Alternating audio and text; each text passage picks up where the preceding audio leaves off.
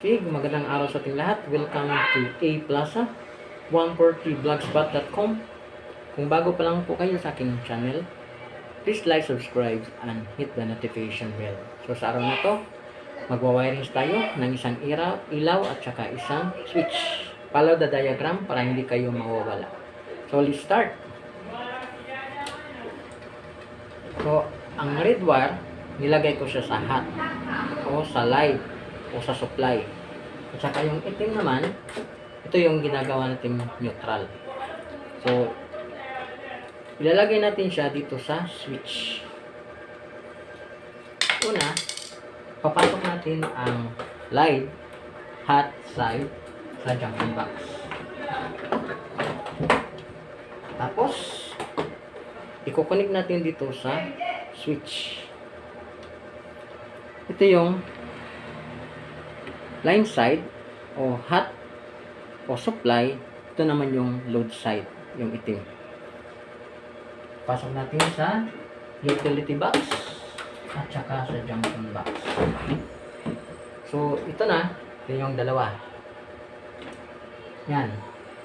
Ito ang galing sa switch at saka ito naman ang sa supply, galing doon sa breaker. So connect natin. Dapat mahigpit na mahigpit yung pagka-splice natin para maiwasan yung lost contact.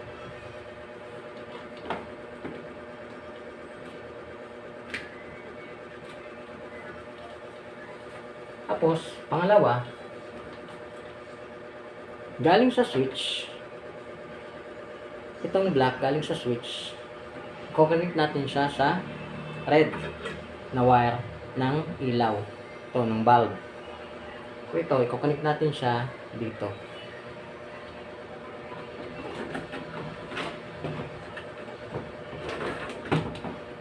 So, connect natin galing sa switch to ilaw.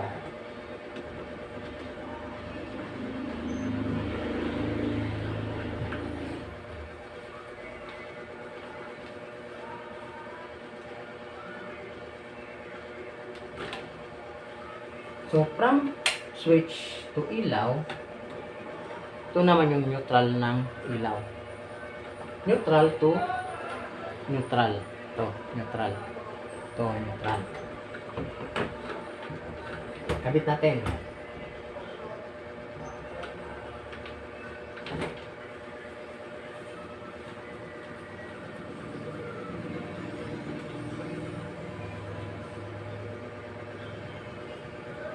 At wag natin kalimutan na lagyan ng electrical tape para safe.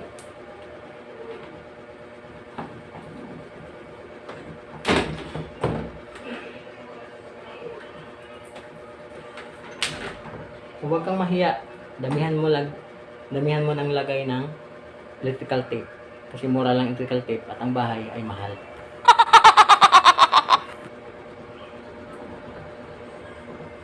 Huwag mong tipirin ang electrical tape. Tapos, ayusin natin. At i-energize natin kung tama ba yung ginagawa natin.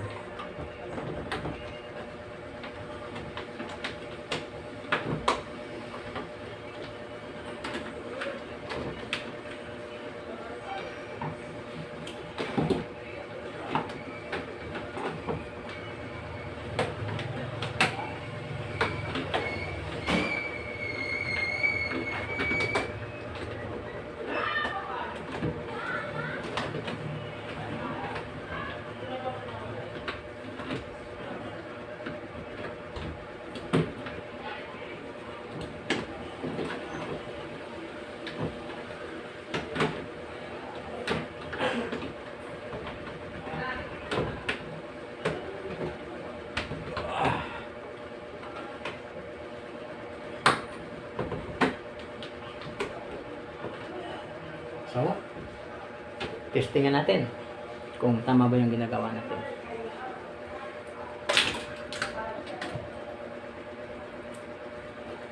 Breaker on. Uy, umilaw na kaagad. Off. On. So, okay. Tama. Thank you for watching.